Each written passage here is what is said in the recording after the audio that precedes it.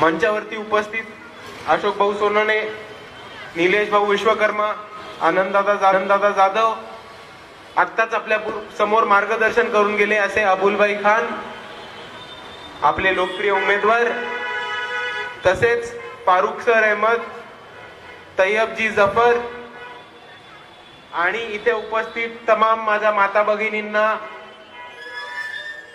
इथे उपस्थित वडीलधारी मंडळींना आणि तमाम युवा कार्यकर्त्यांना माझा जय जिजाऊ, जय शिवराय, जय ज्योती, जय क्रांती, अस्सलाम वालेकुम रहमतुल्लाहि बरकातू आणि जय भीम. मित्रांनो, आज इथे वंचित बहुजन आघाडीची जाहीर सभा आहे आणि आता बघा, याच स्टेजचा फोटो काढून, याच मंचाचा फोटो काढून, याच पोडियमचा फोटो काढून उद्या आपल्यापैकीच काही बाणकुळ चालू करतील की वंचितच्या सभेमध्ये भगवा पोडियम कसा लागला, आणि आपल्यामधलीच काही लोक फोटो काढून व्हॉट्सअप वरती फिरवतील. पण तुम्ही एक गोष्ट लक्षात ठेवा की आतापर्यंत बीजेपीनी आणि इकडच्या मनुवादी ताकदींनी चोरी केली आहे आणि ती प्रत्येक गोष्टीची चोरी केली आहे आणि त्याच्यामधली एक चोरी ही आपल्या रंगाची पण केलेली आहे. आता भगवा रंग इकडच्या भाजपच्या आणि शिवसेनेच्या बापाची मक्तेदारी आहे का? आपण नीट समजून घ्या. तमाम बहुजन लोकांचा आणि तमाम बहुजन समाजाचा रंग आहे हा भगवा. वारकरी संप्रदायाचा रंग आहे हा भगवा. छत्रपती शिवाजी महाराजांच्या हिंदवी स्वराज्याचा रंग आहे हा भगवा. आपण गौतम बुद्धांची प्रतिमा बघा, अंगावरती कपडे असतात. कुठल्या रंगाचे कपडे असतात? आपण कोणत्याही भिक्खू बघा, बंदेजी बघा, त्यांच्या अंगावरचं चिवर कोणत्या रंगाचं असतं? तर जसं या भाजपनी इकडच्या लोकांची, या राज्याची आणि काही पक्षांची लूट केली आहे, तसंच त्यांनी आपल्या रंगाची पण चोरी केली आहे, आपण सर्वांनी लक्षात घ्या. आणि ही लढाई बीजेपीनी जे जे चोरी केलंय ते सगळं त्या चोरांकडनं परत आणण्याची ही लढाई आहे. आणि आजच्या आजच आपण ते परत आणू. तसंही तुम्हाला दिसेल की या भारतातले जितके पण चोर आहेत त्या शिवाजी पार्क वरती जमा झालेले दिसतात आपल्याला. आणि याच पद्धतीने सांगतो की ह्या चोरांना बाकीचे जितके अलिबाबा आणि 40 चोर गोळा करायचे असतील, ते शिवसेनेतले चोर असू देत, भाजपमधले चोर असू देत, चोरी करणारे आपले पंतप्रधान नरेंद्र मोदी असू देत, चोरी करणारे माजी मुख्यमंत्री देवेंद्र फडणवीस असू देत, किंवा टोल नाक्यांवरनं चोरी करणारे राज ठाकरे असू देत, त्या सगळ्या चोरांना पुरून उरायला एक पक्ष या महाराष्ट्रामध्ये आणि मुंबईमध्ये काफी आहे. तो पक्ष म्हणजे वंचित बहुजन आघाडी. आणि आपण एक गोष्ट समजून घेऊयात की आज मुंबईमध्ये मोठ्या जोरामध्ये प्रचार चालू आहे, प्रत्येक पक्षाचा प्रचार चालू आहे. पण मुंबई मधल्या हालत, मुंबईचे प्रश्न ह्याच्याबद्दल कोणी बोलायलाच तयार नाही. आपण आपल्याच भागामधला प्रश्न घेऊयात. कितीतरी वर्ष आपल्या भागामधले, बरकत अली मधले, वडाळ्यामधली लोक भांडतायत की या एरियामध्ये एक शाळा पाहिजे, चांगली दर्जाची शाळा पाहिजे, एक हॉस्पिटल पाहिजे, पाण्याचा प्रश्न सुटला पाहिजे, ड्रेनेजचा आणि नाळ्यांचा प्रश्न सुटला पाहिजे. पण त्याच्याबद्दल कोणीही बोलायला तयार नाही. इकडच्या लोकांना काय पडलंय की मी हिंदू तो मुस्लिम, मी मुस्लिम तो हिंदू. ह्यांनी 50 खोके घेतले, तो गद्दार, शिवसेना माझी, शिवसेना त्याची, राष्ट्रवादी याची, राष्ट्रवादी त्याची. अरे राष्ट्रवादी कोणाची असू द्या, घड्याळ कोणाचाही असू द्या, जोपर्यंत नरेंद्र मोदी सत्तेत आहेत तोपर्यंत टाइम वाईटच चालणार आहे. आणि ही लोक प्रचार करतात, ही लोक प्रचारासाठी आपल्याला वेठीस धरतात. आपल्या सर्वांना माहिती आहे वडाळ्यामधली घटना आहे, घाटकोपर मधली घटना आहे की 5 दिवसापूर्वी मोठं वादळ आलं होतं. त्या वादळामध्ये एक मोठा होर्डिंग पडला आपल्या इकडे लोखंड पडलं, मागच्याच बाजूला इकडे घटना झाली अँटॉपिलच्या रस्त्यावरती, तिकडे लोखंड पडलं. घाटकोपर मध्ये एक मोठा होर्डिंग पडला, 120 बाय 120 300 टनाचा होर्डिंग पडला आणि अख्खा पेट्रोल पंप त्याच्या खाली दाबला गेला. आता आपण ह्याच्याबद्दल काही गोष्टी समजून घेतल्या पाहिजेत. नरेंद्र मोदींची रॅली त्याच रस्त्यावरनं दोनदा गेली आणि एकदाही नरेंद्र मोदी तिकडे त्या लोकांची चौकशी करायला थांबले नाहीत, तिकडच्या लोकांना काय इजा झाली ती बघायला थांबली नाही. तीनदा रॅली गेली त्यांची त्या रस्त्यावरनं. आज तुम्ही घाटकोपरच्या लोकांना फोन करा, त्या खाली ज्या बॉडी साचल्यात, 19 लोकांचा मृत्यू झाला त्या घाटकोपरच्या होर्डिंग खाली. 19 लोकांच्या ज्या बॉडी साचल्यात त्या बॉड्यांचा आज वास यायला लागलाय तिकडच्या नागरिकांना, पण एकदाही नरेंद्र मोदींना किंवा उद्धव ठाकरेंना तिकडे जाता आलं नाही. तीनदा रॅली समोर न गेली. 7 दिवस झालं तिकडे बीएमसी ची लोक, पोलीस प्रशासनाची लोक, फायर ब्रिगेड वाले, अँब्युलन्स वाले तिकडे काम करतायत, तिकडे अडकलेल्या नागरिकांना बाहेर काढतायत, तिकडे अडकलेल्या नागरिकांच्या ज्यांनी त्यांचा जीव गमावलाय त्या लोकांचे मृतदेह बाहेर काढण्याचं काम करतायत, पण एकदाही कोणीही त्यांची तपासणी केली नाही. आणि इकडे जे पोलीस उभे आहेत त्यांना माझं विनंती आहे की दादा तुम्ही पण उघडा डोळे बघा नीट. तुमचे सहकारी 7 दिवस दिवस रात्र तिकडे काम करतायत. तुमच्या सहकार्यांना सुद्धा इकडचे सत्ताधारी नोकरासारखं वापरतायत. एकदाही पोलीस प्रशासनाला, बीएमसीला, अँब्युलन्स वाल्यांना, फायर ब्रिगेड वाल्यांना एकदाही जाऊन भेट दिली नाही. ना मुख्यमंत्र्यांनी दिली नाही, ना पंतप्रधानांनी दिली नाही, किंवा माजी मुख्यमंत्री उद्धव ठाकरेंनी सुद्धा त्यांना भेट दिली नाही. आणि ह्याच्यामध्ये सगळे सामील आहेत. मुख्यमंत्र्याकडे अथॉरिटी आहे. जर तो इल्लीगल होर्डिंग आहे, जर तो होर्डिंग अनधिकृत आहे तर लगेचच्या लगेच ती होर्डिंग काढायची आदेश, ऑर्डर हे मुख्यमंत्री देऊ शकले असते, पण त्यांनी तो दिला नाही. ते होर्डिंग पडल्यानंतर, त्याच्या खाली 19 लोकांचा जीव गेल्यानंतर मग आपल्या मुख्यमंत्र्यांना जाग आली आणि मग आजूबाजूचे होर्डिंग काढायचा आदेश मुख्यमंत्र्यांनी दिला. आणि उद्धव ठाकरेंकडे बीएमसी होती, त्या शिवसेना उबाटाकडे बीएमसी होती. जेव्हा या भावेश भिडेला या सरकारने कॉन्ट्रॅक्ट दिला की तू इकडे इल्लीगल होर्डिंग उभं कर, त्या भावेश भिडे कोणत्या पक्षाकडनं लढला होता निवडणूक? तर शिवसेनेकडनं लढला होता निवडणूक. त्यांच्याच माणसाला परवानगी दिली की तू इकडे इल्लीगल होर्डिंग उभा कर, अनधिकृत होर्डिंग उभा कर, आणि तो होर्डिंग पडल्यानंतर सगळी लोक हात वर करतात. ही आपली परिस्थिती दिसते. दुसऱ्या बाजूला आपल्या सगळ्यांनी एक व्हिडिओ बघितला असेल की नरेंद्र मोदीची रॅली आहे. आता नरेंद्र मोदींनी गेल्या 15 वर्षात 10 वर्षामध्ये काम असं करून ठेवलंय की त्यांना कुत्रा पण बघून विचारत नाही, म्हणून लोक जमत नाहीत रॅलीला. तर ह्यांनी काय केलं? 2 मेट्रो स्टेशन बंद केले, एक रेल्वे स्टेशन बंद केला, लोकांना 2 तास आतमध्ये दांबून ठेवलं. आणि मोदीची रॅली आली कीच दरवाजे उघडले की लोकांना वाटेल बघा मोदींच्या रॅलीला केवढी मोठी गर्दी आहे. आधी पैसे तरी द्यायचे, आता हे चिंदी चोर पाकिटमार पैसे द्यायचे तर लोकांना आतमध्ये, रेल्वे स्टेशनच्या आतमध्ये दांबून ठेवतात. आणि ह्याचा बदला, ह्याचं उत्तर मुंबई नक्कीच या दोन्ही पक्षांना मतदानातून देईल याची मी खात्री आज तुमच्या समोर उभं राहून बाळगतो. आणि ह्या सगळ्यांची अशीच फसवेगिरी चालू असते, या लोकांची अशीच दहशतवाद चालू असतो. आणि या लोकांचा इकडच्या नागरिकांसाठी, इकडच्या नागरिकांच्या प्रश्नांसाठी आणि इकडच्या नागरिकांच्या हितासाठी आवाज उचलायचा आजही ताकद नाही.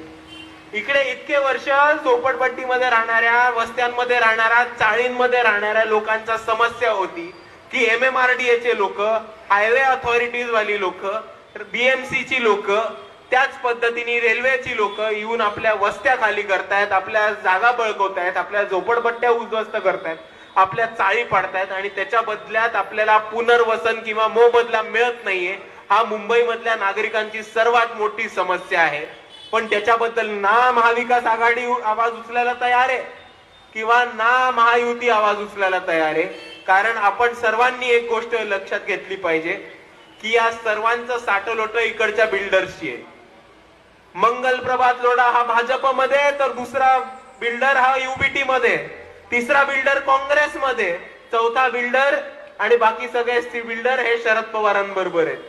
आणि ह्या बिल्डरच्या हुकुमशाही विरुद्ध, या बिल्डरांच्या दडपशाही विरुद्ध जर कोण आवाज उचलत असेल तर तो फक्त आणि फक्त वंचितचा सामान्य कार्यकर्ता आणि अजून कोणी नाही उभत आहे. आणि तुम्हाला मी सांगतो, याच्या आधी पण वंचित बहुजन आघाडीने हीच भूमिका घेतली होती की जर तुम्हाला इकडच्या बिल्डरांनी, गुंड्यांनी तुम्हाला बाहेर काढायचा प्रयत्न करा तर वंचित बहुजन आघाडीच्या कोणत्याही एका कार्यकर्त्याला आवाज द्या, त्या गुंड्याला त्याच्या जागेवरती आणण्याचं काम आमच्या पद्धतीने वंचितचे कार्यकर्ते नक्की करतील.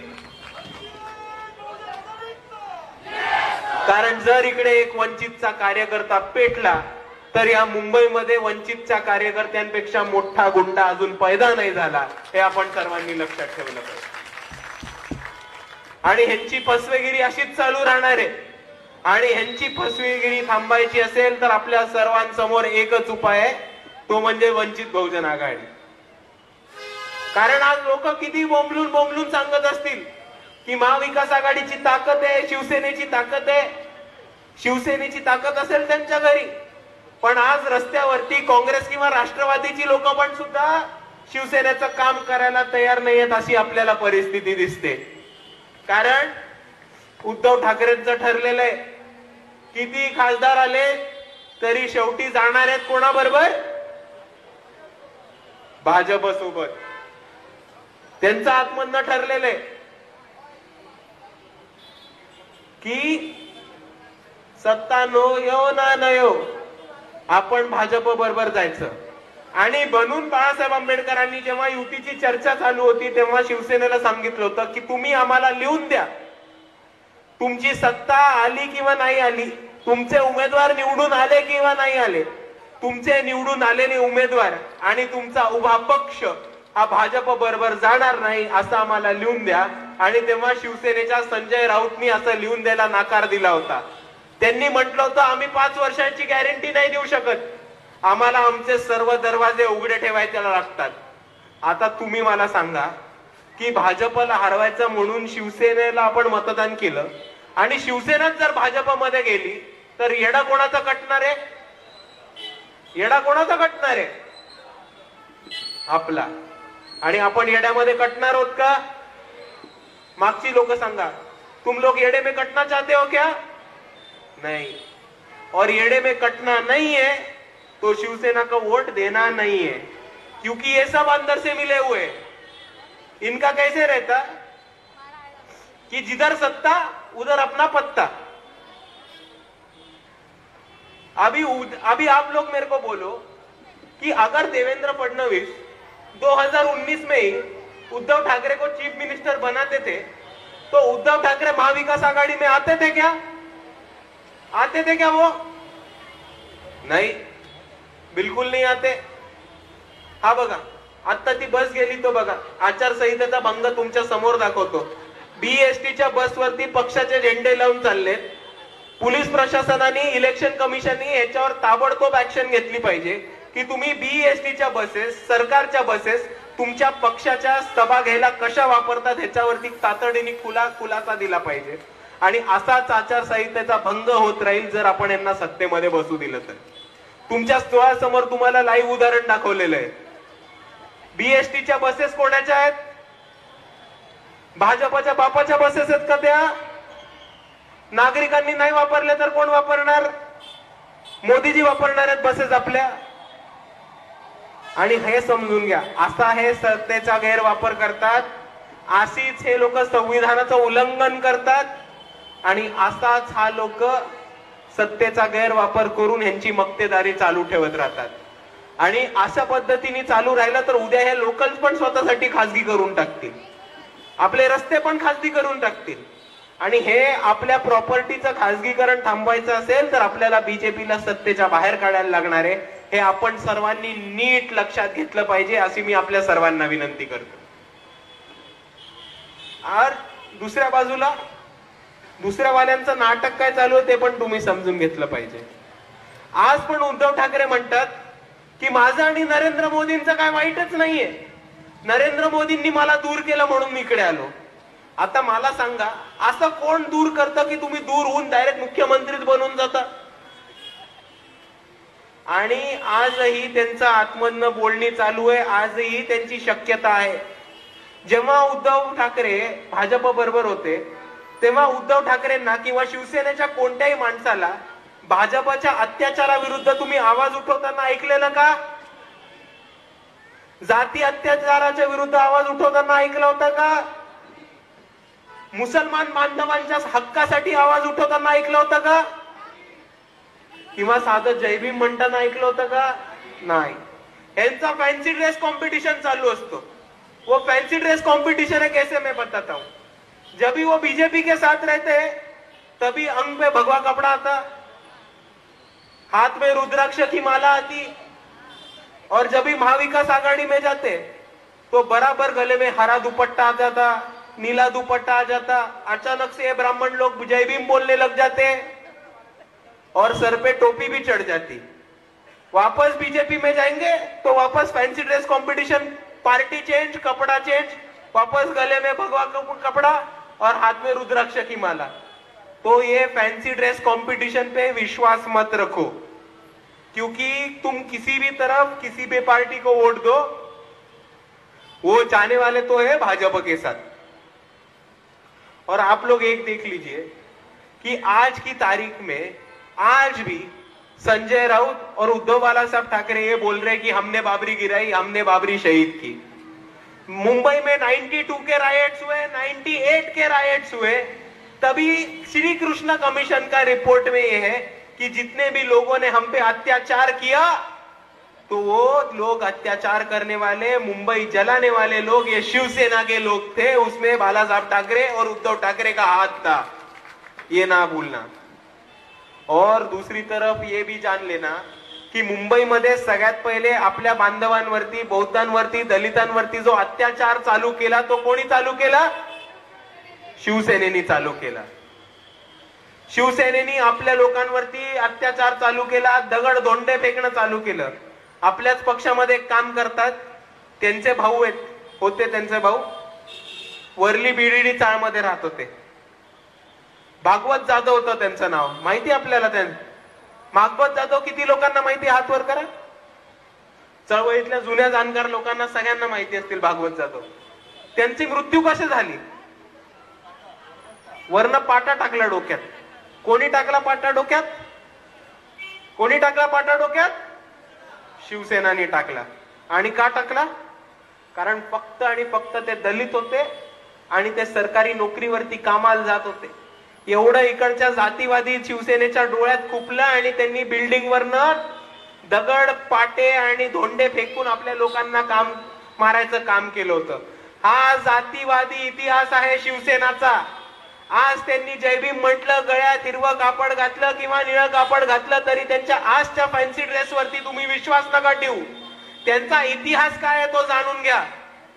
त्यांनी वरलीच्या बीडीडी चाळीमध्ये दररोज आपल्या लोकांवरती जे कामाला जायचे त्यांच्यावरती दगड, धोंडे, पाटे फेकण्याचं काम केलं होतं. आणि तेव्हा आपल्या चळवळीमधल्या, आपल्या समाजामधल्या तरुणांना एक आक्रमक भूमिका घेऊन बाहेर पडायला लागलं होतं आणि त्यांना आज आपण आंबेडकरवादी चळवळीतले पॅन्थर म्हणून ओळखतो. आणि हा मुंबईतला इतिहास आहे की जेव्हा दलितांचे, आंबेडकरवाद्यांचे पॅन्थर रस्त्यावर येतात ना, तेव्हा शिवसेनेचे वाघ घरी बसतात. आणि याच शिवसेनेचा तुम्हाला एक डायलॉग आठवत असेल. याच शिवसेनेचे जे फाउंडर होते त्यांचा एक डायलॉग आपल्याला आठवत असेल की तुमच्या घरात नाही पीठ पण तुम्हाला पाहिजे. आज आपण ह्या लोकांना सांगूया की आपल्या घरामध्ये पीठ पण आहे आणि आमच्या बापाच्या नावावर विद्यापीठ पण आहे. आणि तुम्ही भाजप बरोबर असाल, तुम्ही काँग्रेस बरोबर असाल, तुमची जातीवादी प्रवृत्ती आम्हाला माहितीये आणि तुम्हाला तुमच्या जातीवादी प्रवृत्ती बरोबर मातीत गाडल्याशिवाय इकडचे आंबेडकरवादी राहणार नाहीत. हे आपण सर्वांनी आज ठरवलं पाहिजे आणि ह्याचा आपण जबाब करारा जवाब हा मतदानातनं दिला पाहिजे. कारण बाबासाहेब आंबेडकरांनी आपल्याला लढाईसाठी एक खूप महत्वाचं हत्यार दिलं होतं, एक शस्त्र दिलं होतं, आणि त्या शस्त्राला, त्या हत्याराला आपण म्हणतो भारताचं संविधान. आणि हेच संविधान घेऊन, याच संविधानातून आपल्याला मतदानाचा अधिकार मिळालेला आहे. तो मतदानाचा अधिकार घेऊन आपण लढणार आणि इन्शाअल्लाह यावेळेस आपण जिंकणार. आणि म्हणून मी आपल्या सर्वांना जाता जाता एवढीच एक विनंती करतो की 20 तारखेला आपण आपलं मत वाया घालवू नये. आपण भाजपला मत देणार नाही हे आपल्या सर्वांचं ठरलंय की नाही. आणि दुसऱ्या बाजूला शिवसेनेला दिलेलं मत हा भाजपला दिलेलं मत आहे. कारण अनिल देसाई असतील, आदित्य ठाकरे असतील, संजय राऊत असतील, उद्धव बाळासाहेब ठाकरे असतील, हे सर्व निवडणुकीमध्ये नंतर देवेंद्र फडणवीसांच्या मांडीवरती जाऊन बसणार आहेत आणि भाजपमध्ये सामील होणार आहेत. म्हणून जर आपल्याला भाजपला हरवायचं असेल तर आपल्या सर्वांना एकच पर्याय, तो म्हणजे वंचित बहुजन आघाडी. आणि म्हणून मी आपल्या सर्वांना विनंती करतो की येत्या 20 तारखेला आपण सर्वांनी जास्तीत जास्त मतदानाने अबुलभाईंना निवडून आणावं, गॅस सिलेंडरवरती मतदान करावं आणि एकदा ह्या मुंबईमधनं, या मुंबईच्या साऊथ सेंट्रलवरनं राहुल शेवाळे नावाचं भूत उतरावं, एवढी आपल्या सर्वांना विनंती करतो आणि माझे 2 शब्द थांबवतो. देशात घडणाऱ्या महत्त्वाच्या बातम्यांसाठी भारताचे लोक या यूट्यूब चॅनलला सबस्क्राईब करा. जास्तीत जास्त लोकांपर्यंत या बातम्या शेअर करा. धन्यवाद.